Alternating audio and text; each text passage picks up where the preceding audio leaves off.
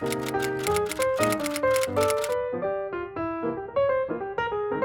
guys, welcome back to my channel. Today I'm going to be filming an autumn book recommendations video. Out of all the books on my bookshelf that I love, I think these ones would be best to read in autumn. So let's just go because I've got quite a lot here. First off is the Crescent City series. This one is the third and final one, but obviously start with the first one if you haven't read them. This is my favourite Sarah J Maas series. This is my favourite fantasy series of all time. We basically follow Bryce Quinlan, and she is very different to Sarah J Maas's other main characters. I feel she's more like Selena in Throne of Glass, but she's even more outspoken and different. Like, I just think that she is the most entertaining main character. We follow her 2 years in the past and something very tragic happens to her group of friends, and then we go 2 years into the future and something along similar lines happens again, and it is once again kind of related to her. And so detectives in the city find her, and then one, we're putting a guard on you because we don't trust you because these have all been related to you,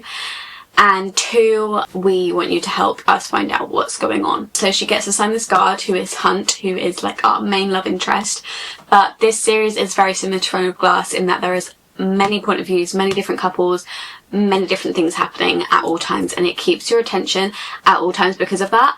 I think there are a lot of people that don't like these books. They find them too complicated because there are so many point of views, but honestly I love that. It's just quick fire, you never get bored, you're always going on to the next chapter. She knows when you're getting done with one scene and you want something else, and she just flips the point of view. Then we have Just Last Night by Varian McFarlane, which is a romance.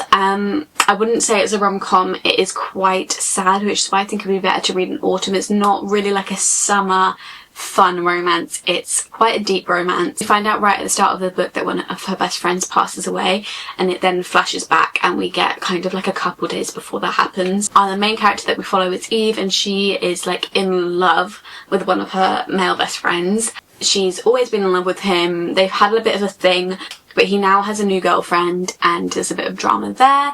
But then obviously this thing happens where her best friend dies, not that best friend, a different one, and it kind of puts everything into perspective for her, and things change a lot and it's not really what it all seems. And I just thought it was very different for a romance. If you're getting bored of the same thing happening in all romances, this one would be a good one to go for. Then we've got the Spark of the Everflame series. I don't have any of these physically, but we've got Spark of the Everflame, Go of the Everflame and Heat of the Everflame, and then there are more coming out.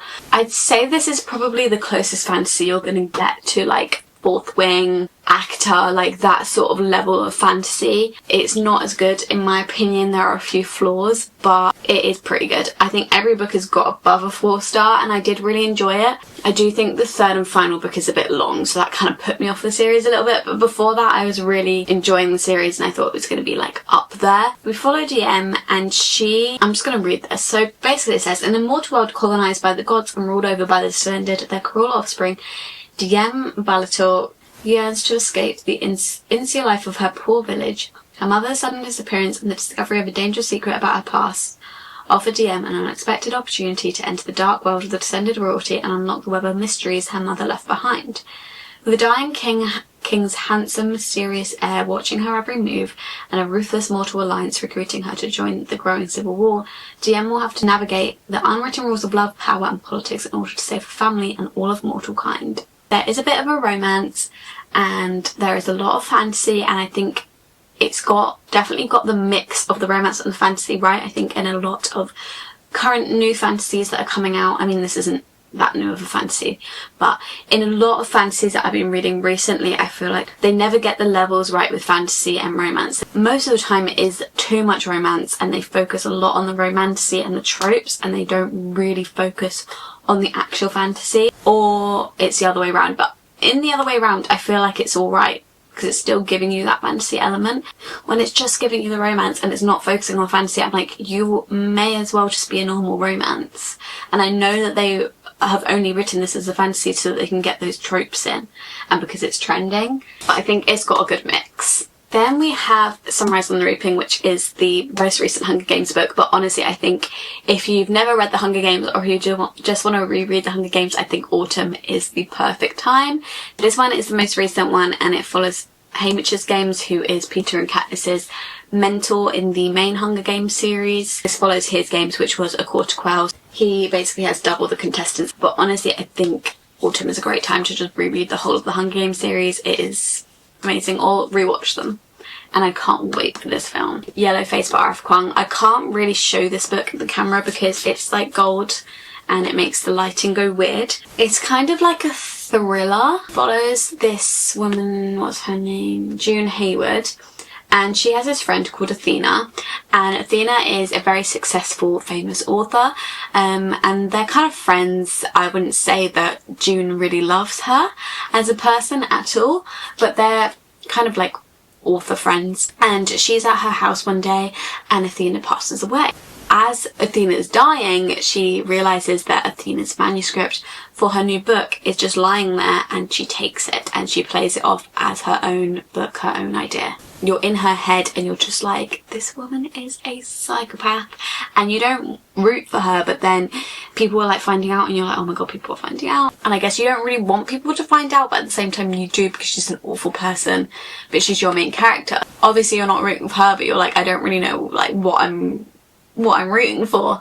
I did really like this book, but the only thing is I just thought the ending was a bit rubbish. Then we've got Anxious People by Fredrik Backman. I think Fredrik Backman's books are great to read in the colder months. I think most of his books I would kind of be like, that's good for winter, but this one I think is like a nice one that you can curl up with in the autumn. It's hard to explain without ruining the book because there's a lot of like little twists and turns in here. Basically they rob a bank, they run away, and across the street there is an apartment viewing going on that they are running away from the police, so they just run into the apartment, lock the door, and basically take everyone in that apartment viewing hostage. But they're very incapable of the situation. You can tell that it wasn't really a thought through plan, and you can tell that they're not experienced in crime, really. It's kind of like a little bit like a found family between all these hostages and literally like the person who's taking them hostage. And then you just find out everyone's backstory, like why they're at the apartment viewing, like what's happened to lead them there in life,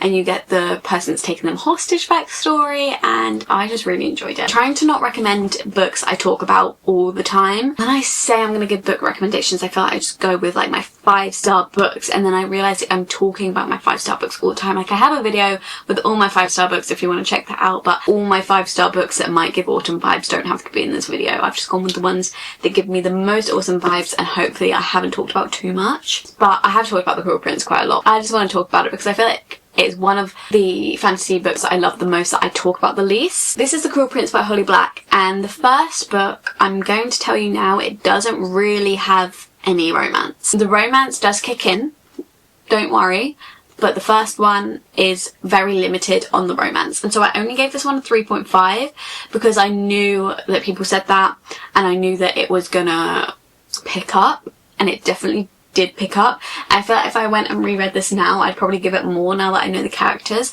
because I did really enjoy it.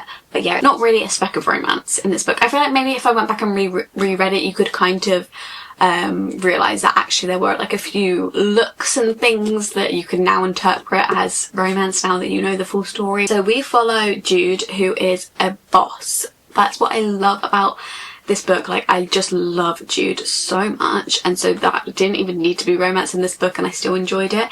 And she's a human, but she gets taken to live in the fairy world. She then goes to school there with her sister Taryn, and because they're human, the fae, they don't like her. They don't like either of them, and they kind of bully them, and her sister kind of just ignores it, but Jude is a bit of a strong woman and she gives it back. And there's not much more that happens in this book, but it's just fun, and I just love the vibes of this book, the world. I can just imagine it so well. Then we've got The Wishing Game by Meg Schaefer. So this one is a little short book, and it's put in the fantasy section, but I wouldn't really say it's fantasy. Like, it wouldn't happen in real life, but I wouldn't really say it's fantasy. The only fantasy I would say that there is that the author in this writes fantasy books. So we follow, what's her name? Lucy, and she's a teacher, and she has a student in her class who doesn't have the best home life, and she wants to adopt him, but she doesn't have the funds. But they read books by this author together all the time, and this author says that they're going to write one final book, but you have to win it. In order to win it, you have to go to his like island and compete, and then once you win it, you can then like sell it to a publisher, or you can just keep it, you can do whatever. She enters this competition so that she can win the money, so that she can have enough money to adopt. And so they go and partake in all these little games, and it's just a really whimsical, fun book, and I think it would be great for autumn. Then we have Rewitched by Lucy Jane Wood, a witchy book, so great for autumn in the Halloween season. It's one of those like witchy books where there's a witch and she just lives a normal everyday life, and no one knows that witches exist and no one knows that she's a witch. But she ends up having to go to like a witch court, which everyone has to go to.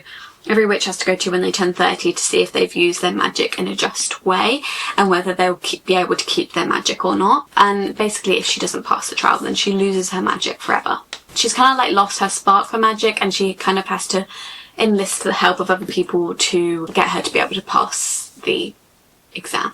I normally don't like witchy cozy fantasies because I feel like a lot of them are the same and I get a little bit bored, but this one had so much going on and I really enjoyed it, and I can't wait to read the second one. It's also got a little bit of a romance, but it's like kind of on like a cliffhanger. Then we have the Dance of Thieves, Vow of Thieves duology, which is one of my favourite fantasy series of all time. I feel like maybe I do talk about this one quite a lot as well, but I feel like it doesn't get talked about enough by other people, so I'm going to make some noise for it because I love this duology so much. In fact, this is one of my six-star books. There's only 6 in the world and this is one of them. This series we follow Cassie, who is such a badass. Again, I just love her, and Jace. So it says, a formidable outlaw family that claims to be the first in all nations, a son destined to lead, thrust suddenly into power. 3 fierce young women of the Rattan, the Queen's premier guard, a legendary street thief leading a mission determined to prove herself, and a dark secret that threatens the entire continent. An outlaw leader Jace meets reformed thief Cassie. A cat and mouse game of false moves ensues, bringing them intimately together in a battle that may cost them their lives and their hearts. So they're like kind of on opposite sides. I want to reread it so badly, and I just think that this one is definitely an autumn fantasy. Then I have Out on a Limb by Hannah Bonham Young. This one is a romance, which is a pregnancy trope, but you know from the start that it's a pregnancy trope, and the book is fully about pregnancy. It's not just a random pregnancy. And I never thought I'd love a book that much about a pregnancy trope, but I really did enjoy this one. Follow, what's her name? Wynne. She has like a one-night stand with this guy called Beau, and she ends up getting pregnant from it.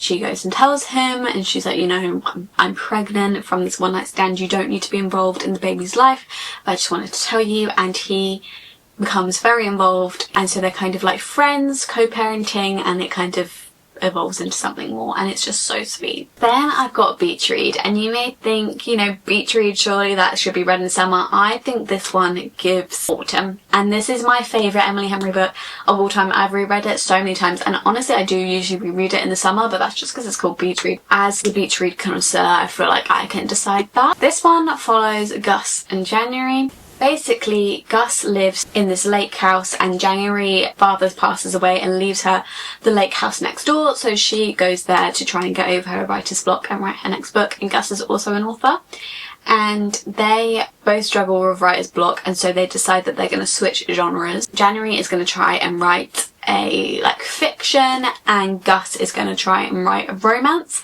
and they take each other on little excursions to kind of show the other person about their genre, and it's honestly the best book you will ever read. It is less of a rom-com, more of a romance. It's quite dark and sad at some points. Then we have The Dead Romantic. That's not The Dead Romantics by Ashley Poston. This one I recommend for autumn because I do think it's very autumnal anyway, but obviously it's called The Dead Romantics and Halloween is coming up. We follow Florence, who is a ghostwriter, and she has a deadline for a book that she has to write, and her editor is being all like grumpy with her and trying to hurry her along. She heads home, and then the editor shows up at her door, and he is a ghost. He's in like, what's that called, like purgatory, between life or death, and she's trying to help him like pass through to death. But then they end up falling in love, and it's quite complicated because he's obviously like dead. I promise it's fun and it's a cute romance, but yeah, it's a bit of a weird story. But Ashley Poston's romances always have like a little bit of a weird magical realism thing going on, and you just got to go in to the book expecting that. Then we've got A Good Girl's Guide to Murder by Holly Jackson. So this one is like a thriller mystery and we follow Pip. She is doing a final year project at college. She has to choose a subject and she ends up choosing a murder that happens in her town years ago, which was apparently done by Sao Singh. He apparently murdered his girlfriend. Pip starts looking into this case, and the more she looks into it, the more she's like, I don't think this guy did it. He's already dead as well, so he can't prove that it wasn't him. So she takes it into her hands to like kind of uncover the mystery, and it basically follows her doing that. And honestly, it's obviously a bit stupid because like, who would listen to a young girl solving a murder? And it's also like, that is none of your business, girl, but it is so good. And it's a 3-book series, and obviously there's a series on Netflix as well when you're finished, and I just think it's a great little series to curl up with in the autumn. I'm very jealous of anyone who hasn't read it. Then I've got Daisy Jones and the Six by Taylor Jenkins Reid. I was thinking like, what Taylor Jenkins Reid books should I recommend? I think this one is the most autumnal, and it basically follows the band Daisy Jones and the Six, and they were like a massive band back in the day, but then they split, and it's basically years in the future, and they're doing like an interview where they tell the story of from when the band started to when they split. You've also got the TV show. I think it's great when you've got like a little book and then you can read the TV show after, especially for the autumn when you're inside a lot more. And it's part of her celebrity series, and you honestly just believe that the celebrities are real, even though obviously it's not a real band. The final book I have to recommend is Normal People by Sally Rooney. I think that this book is definitely for autumn. And once again, you've got a TV show to binge after you finish the book. If you haven't already watched it, I feel like everyone and their mum has watched it. But this one basically follows Connell and Marianne, and they both went to high school together. Connell was quite popular and Marianne was quite a loser, and they start dating because his mum cleans for her mum. And so they see each other quite a bit outside of school, and they start dating outside of school. But Connell is like really popular and he doesn't want anyone to know that he's dating Marianne. They kind of try to hide it, and it all comes to a bit of a disaster, and they separate. And then it just follows them throughout the years when they keep coming back together and splitting apart again and come back together and splitting apart again. Basically, it's just a whole miscommunication trope, and they just never tell each other how they actually feel about each other. The TV series is one of my favourite TV series of all time. And that is every book I have to recommend to you for autumn. Sorry, I just absolutely talked your ear off. I feel very passionate about reading in the autumn, and so there is a lot of books here. Subscribe down below and turn on post notifications. You'll be notified every time that I upload, which is every Sunday, always book related videos. Follow my social media at _libraryofeden on Instagram and TikTok if you want to, and I'll see you in my next video very soon. Bye!